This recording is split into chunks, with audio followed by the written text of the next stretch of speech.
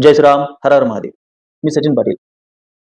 ज्ञानेश महाराव नावाच्या विकृतीला माफी मागायला भाग पडल्यानंतर त्याच्या वतीने, त्याच्या बाजूने ज्या विकृत मानसिकतेच्या तथाकथित बुद्धिजीवी लोकांच्या प्रतिक्रिया येत आहेत, ह्या आतंकवाद्यांच्या, लक्षात घ्या मी काय म्हणतोय, हे जे स्वतःला तथाकथित हे जे बुद्धिजीवी आहेत, जे स्वतःला बुद्धिजीवी, विद्वान, पत्रकार वगैरे म्हणून घेतात, हे आतंकवादी म्हणून संबोधतोय मी या निखिल वागळेला, त्या राजू परुळेकरला आणि त्या तमाम लोकांना, त्यांच्या चेलाचपाट्यांना, बारामतीच्या, करामतीच्या, भानामतीला त्याच्या भुलून, त्याच्यामध्ये अडकून, त्याचे हे जे ही सगळे चेले चपाटे आणि चमचे ज्या पद्धतीने समाज माध्यमांवर वातावरण गढूळ करण्याचा प्रयत्न करत आहेत, हे बौद्धिक आतंकवादी, हे देशद्रोही, आतंकवादी, हे संविधान भक्षक.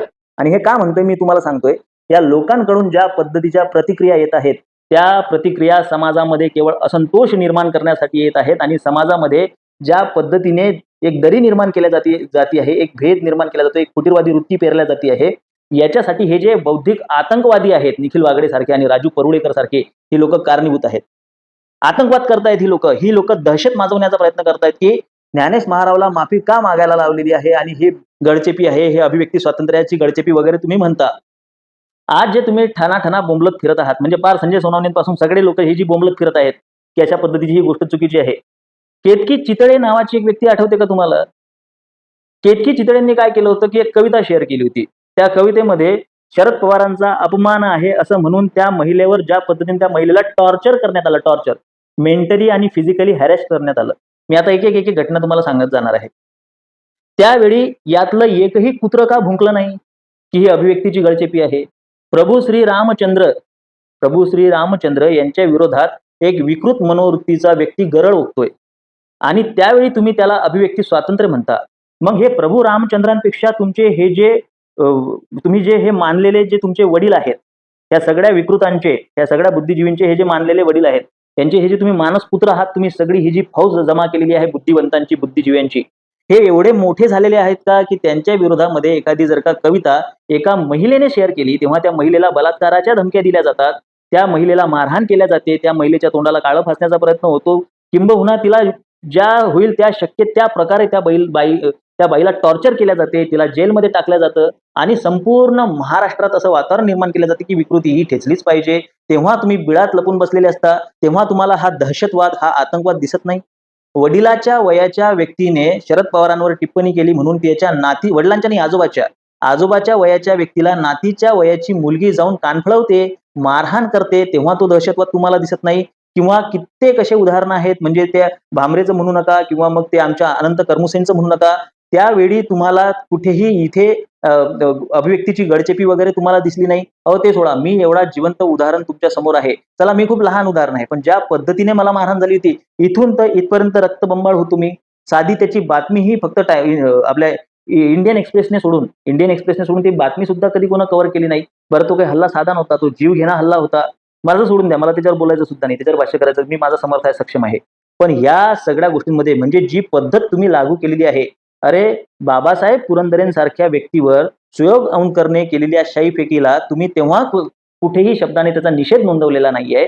तुम्ही कधीही तो विषय काढत नाही की एवढ्या ज्येष्ठ व्यक्तीवर एखादा फडतूस व्यक्ती ज्याच्यावर खंडणीचे गुन्हे दाखल केलेले आहेत, असा गुन्हेगार वृत्तीचा व्यक्ती जाऊन शाईफेक करतो, तेव्हा तुम्हाला ते अभिव्यक्तीची गडचेपी दिसली नाही, वाटली नाही. आणि आज रोजी तुम्ही ज्या पद्धतीने पेटून उठलेले आहात, महाराष्ट्रामध्ये नव्हे आपल्या देशामध्ये एक कायदा आहे, लक्षात घ्या. त्या कायद्याचं नाव आहे निंदा, ब्लास्फेमीचा हा कायदा, त्याला कलम 295 कायद्याला, की जर का कोणीही कुठल्याही इष्टाची, भगवंताचा जर का, धर्माचा जर का अपमान केला, तर त्या अपमानाला कायदेशीर कारवाई होणं आवश्यक आहे. जर का ज्ञानेश महारावच्या विरोधात कायदेशीर कारवाई झाली असती तरी सुद्धा ही लोक बोंबलत बाहेर आली असती, लक्षात घ्या. काल मी एक कमेंट वाचली की बाबा हे तुम्ही ब्राह्मणवादाच्या याच्यात फसलेले आहात, धर्माची चिकित्सा ही झालीच पाहिजे आणि असं तसं. ठीक आहे, हा तुझा दृष्टिकोन आहे बाळा, लक्षात घे. मग फक्त ब्राह्मणाची आणि धर्माची चिकित्सा झाली पाहिजे का? तू ज्या लोकांना मानतोस, ज्यांना तू महापुरुष म्हणतोस, त्याची चिकित्सा काय, त्यांचं नाव जरी तोंडातून काढलं तरी तोंडाला काळं फासण्यापासून, तुमच्या घराला घेरावापर्यंत, तुमच्या घरातल्या महिलांवर बलात्काराच्या धमक्यांपासून विनयभंगापर्यंत तुमच्यासोबत सगळ्या गोष्टी होतात आणि ह्या होतात आणि ह्या महाराष्ट्रात होतात. जर का चिकित्सा करायची आहे तर मग चौफेर चिकित्सा झाली पाहिजे, एक लक्षात घ्या. हा जो दहशतवाद माजवण्याचा जो तुम्ही प्रयत्न करत आहात, म्हणजे तुम्ही आमच्या बापाला, म्हणजे प्रभू रामचंद्रांना, आम्ही त्याचे वंश सांगतो स्वतःला, तुम्ही त्यांना जर का तुम्ही नावं ठेवताय, उद्या चालून राजू परोडेकर सारख्या व्यक्तीला, निरंजन टकले सारख्या व्यक्तीला समजा मी असं म्हटलं समजा की निरंजन टकलेचं मी सर्वत्र नाव शोधलं, निरंजन टकलेंच्या वडिलांचं नाव मला कुठंच भेटलं नाही. जसं माझं तुम्ही अकाउंटवरच माझ्या वडिलांचं नाव मेन्शन आहे, याच्यानंतर जे एक हे येतं किंवा माझ्या डिस्क्रिप्शनमध्ये दिसतं, पण टकलेचं नाव मला कुठे दिसत नाही. मग हा टकले काय 2 बापाचा आहे का 12 बापाचा आहे, असं जर का मी म्हटलं तर चालेल का? जर का आम्ही व्यक्तिगत झालो तुमच्या संदर्भात तर काय होईल लक्षात घ्या.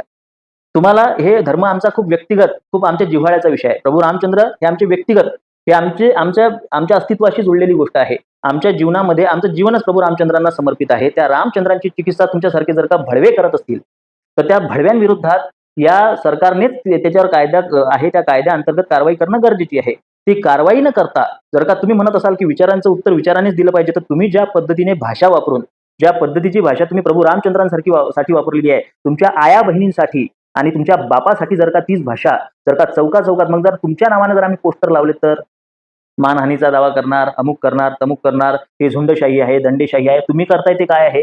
तुम्ही हा जो दहशतवाद माजवलेला आहे ना, की तुमच्या देवी देवतांची, तुमच्या इष्टांची आम्ही चिकित्सा करू, घाण पद्धतीने चिकित्सा करू, वाटेल ते बोलू, तुम्ही शब्दही बोलायचा नाही, लक्षात ठेवा. नाहीतर आमच्याकडे दुसऱ्या झुंडी आहेत. राहुल फटांगळेला मारलं तसं आम्ही तुला ठेचून मारू, लक्षात घे.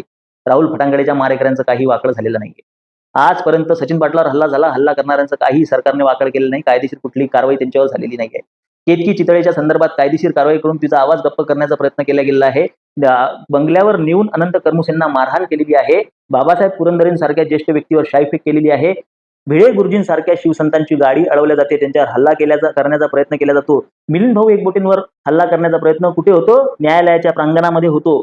अशा पद्धतीचे हल्ले, अशा पद्धतीचे त्या गोरक्षकांवर दिवस रात्र हल्ले होत राहतात. कोणाचं काय फोडतायत, कोणाचं काय फोडलं जातंय, कोणाची गाडी फोडल्या जाते, कुठे अख्खा माणूस फोडला जातोय, त्यांच्या हत्या केल्या जात आहेत.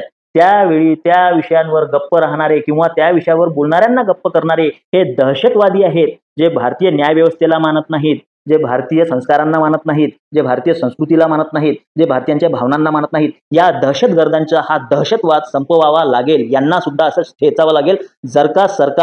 जर का कायदा आणि सुव्यवस्था जर का असं करत नसेल, कायद्यामध्ये दिलेल्या तरतुदींनुसार जर का तुम्ही कारवाई करत नसाल, जर का तुम्ही अशा पद्धतीने हिंदू देवी देवतांचा, त्यांच्या आमच्या महापुरुषांचा, हा निरंजन टकले सारखा बारबाप्या येऊन स्वातंत्र्यवीर सावरकरांबद्दल ज्या पद्धतीने भाष्य करतो, स्वातंत्र्यवीर सावरकर महापुरुष नाहीत, त्यांच्याबद्दल आमच्या भावना नाहीत. जेव्हा तुमच्या विरोधामध्ये भाष्य केलं जातं किंवा तुम्हाला जाब विचारला जातो, तेव्हा ते अभिव्यक्ती स्वातंत्र्याची गडचेपी आणि तुम्ही काहीही तुमच्या तोंडाचं गटर, तुम्ही जे तोंडाची मोरी 24 तास चालू ठेवून तुमच्या ज्या लेखणीतून तुम्ही जे घाण लिखाण आणि टिप्पण्या आमच्या महापुरुषांबद्दल आणि आमच्या देवी देवतांबद्दल करत असतात, त्यांना जाब आम्ही कशा पद्धतीने विचारावा? विचारांची लढाई जर का विचारांनी लढाईचा जर का विषय असेल, तर मग माझ्यावर हल्ला कशासाठी झाला होता?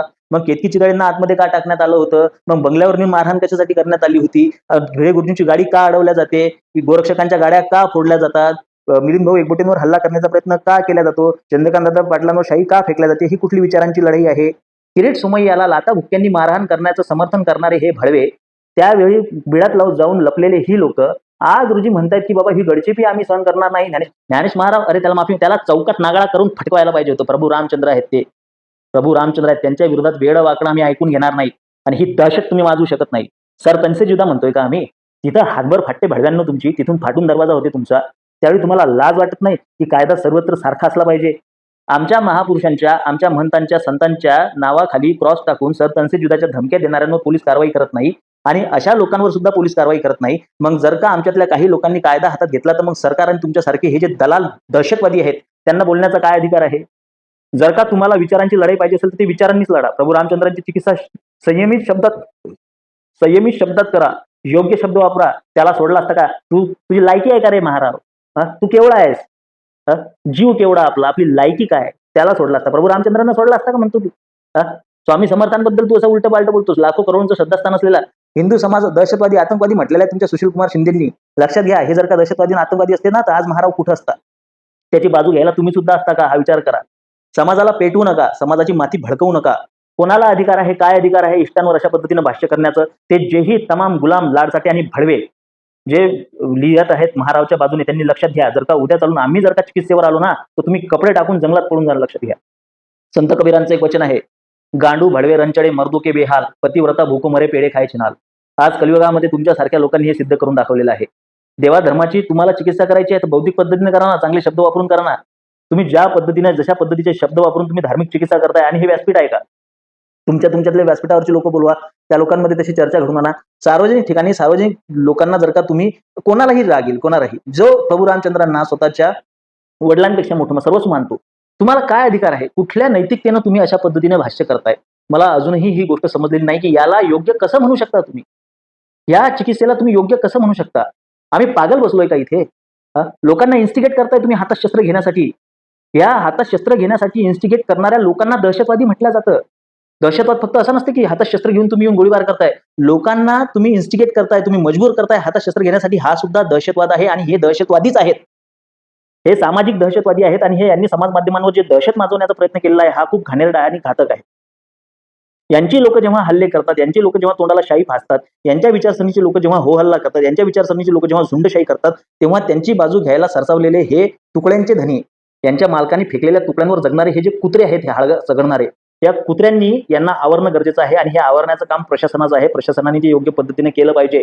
समाजाचं वातावरण बिघडवण्याचा हे जे म्हणजे आटोकाट हे जे प्रयत्न चाललेला आहे, हा प्रयत्न कुठेतरी थांबायला हवा. हिंदूंनी जागरूक व्हायला पाहिजे आणि कुठल्याही पद्धतीने यांच्या दहशतवादाला बळी पडू नये. यांनी आज समाज माध्यमांवर आणि सर्वत्र दहशत माजवलेली आहे. हा राजू परुडेकर म्हणतोय की माझी सभा घ्या, मी परत फटकावल्या जाशील आणि याला फटकावलंच पाहिजे. मी याचं जाहीर समर्थन करतो. जर का सरकार कारवाई करत नसेल, कलम 295 कायदा असताना, अस्तित्वात असताना जर का कोणी असा परत जर प्रभू रामचंद्रांचा अपमान करत असेल तर त्याला माफी मागून घेऊ नका. फटकावा, त्याला नागळा करून फटकवला पाहिजे अशा लोकांना.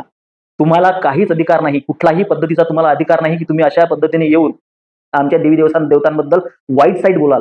हे चुकीची गोष्ट आहे. हा इशारा समजून घ्या. हा आपल्या लोकांनी हे समजून घेतलं पाहिजे की कायदा कशा पद्धतीने चालतो. पोलिसांनी सुद्धा इथे कोऑपरेट केलं पाहिजे. आम्ही प्रथमतः याच्या विरोधात FIR देण्याचा प्रयत्न करू. आम्ही सांगून ठेवतोय, पोलिसांनी ती घेतलीच पाहिजे. जर यापुढे प्रभू रामचंद्र आणि देवी देवतांचा अशा पद्धतीचा अपमान होत असेल तर त्याच्या विरोधात FIR घेतलीच पाहिजे. पोलिसांनी सुद्धा लक्षात घ्या. अशा पद्धतीने दहशत माजून चालणार नाही. अशा पद्धतीने महाराष्ट्र हा दहशतवाद सहन करणार नाही. कधी जैन मुनींवर टीका टिप्पणी, कधी रामचंद्रावर टीका टिप्पणी, कधी देवीवर टीका टिप्पणी, कधी कशावर टीका टिप्पणी. तुमच्या बापाचं राज्य आहे का? मोगलाई लागून गेली आहे का रे साल्यांनो? ह्या तुर्कांच्या अवलादी, ह्या साल्या बाहेरून आलेल्या ह्या जनानखान्याच्या अवलादी, ह्या आजही त्या तुर्कांसारखं मुघलांसारखं आम्हाला वागवण्याचा प्रयत्न करतायत, गुलामीत ठेवण्याचा प्रयत्न करतायत. आजही आमच्या डोळ्या देखत आमच्या धर्माची चिकित्सा करून आमच्या धर्मावर बलात्कार करण्याचा प्रयत्न करतायत. हे बलात्कारी भडवे यांना चोख उत्तर भेटलं पाहिजे. समाजाला पेटवू नका. उगा समाजाला अशा स्थितीमध्ये घालू नका की ते उदासीन होतील. आम्ही काहीही करू शकत नाही आणि हे काहीही करू शकत नाही ही मानसिकता पुढे चालून उग्र रूप धारण करते. अशा पद्धतीने या दहशतवाद्यांना आळा घालण्याचा मी माझ्या सरकारला, प्रशासनाला मी विनंती करतो की या दहशतवाद्यांना तात्काळ आळा घाला. यांनी माजवलेली दहशत तात्काळ थांबवा. समाज माध्यमांवर सगळीकडे यांनी हे जे दहशत माजवण्याचं काम केलेलं आहे, हिंदूंना हे जे मानसिक गुलाम बनवण्याचं काम करतायत, हिंदूंच्या समोर हिंदूंच्या धर्माबद्दल, हिंदूंच्या धर्माची चिकित्सा करून हे जे टर उडवण्याची, हे जे यांनी थट्टा मस्करी करण्याचा हा जो प्रकार चालवलेला आहे, हा तात्काळ बंद झाला पाहिजे. ब्राह्मणांवर तुम्हाला टीका करायची आहे, हिंदू देवी देवतांवर तुम्हाला टीका करायची आहे, काय तुम्ही भाषा चांगली निवडा. तुम्ही एखादा मुद्दा घ्या, त्या मुद्द्यावर तुम्ही व्यवस्थितपणे तुम्ही भाष्य करत चला. यांच्या भाषा तुम्ही बघा, यांनी वापरलेले शब्द तुम्ही बघा, यांनी उडवलेली थट्टा आणि यांनी प्रमाण न देता सांगितलेला इतिहास आणि कुठल्याही पद्धतीचा प्रमाण न देता यांनी सांगितलेला धर्म, हे धर्मावर भाष्य केलंय. पण ती जी भाषा त्याची होती, तो जो माज त्याचा होता, त्याचं काय? असा माजलेल्या रेड्यासारखा आम्ही नाही सहन करणार आहे. तू भाषा पण नीट वापरणं भडवे आहे. तू नीट बोल ना. तिथे पवार साहेब बसलेला असतं म्हणजे तू का बाप झाला का? तू काही बोलशील का धर्मावर?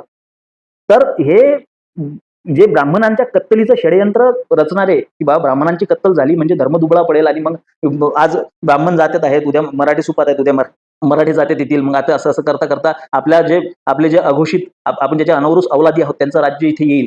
ही जी यांची टोटल जे प्लॅनिंग आहे, ही प्लॅनिंग कुठेतरी थांबली पाहिजे. या प्लॅनिंगला कुठेतरी आळा बसला पाहिजे आणि म्हणून या लोकांचा दहशतवाद संपवणं गरजेचं आहे. त्याचं काम, यांचा दहशतवाद संपवण्याचं काम मी करतोय. माझ्यासारखे 50-100 लोकांची आवश्यकता आहे. त्यासाठी तुमच्या सहकार्याची आवश्यकता आहे. धन्यवाद. जय श्रीराम. हर हर महादेव.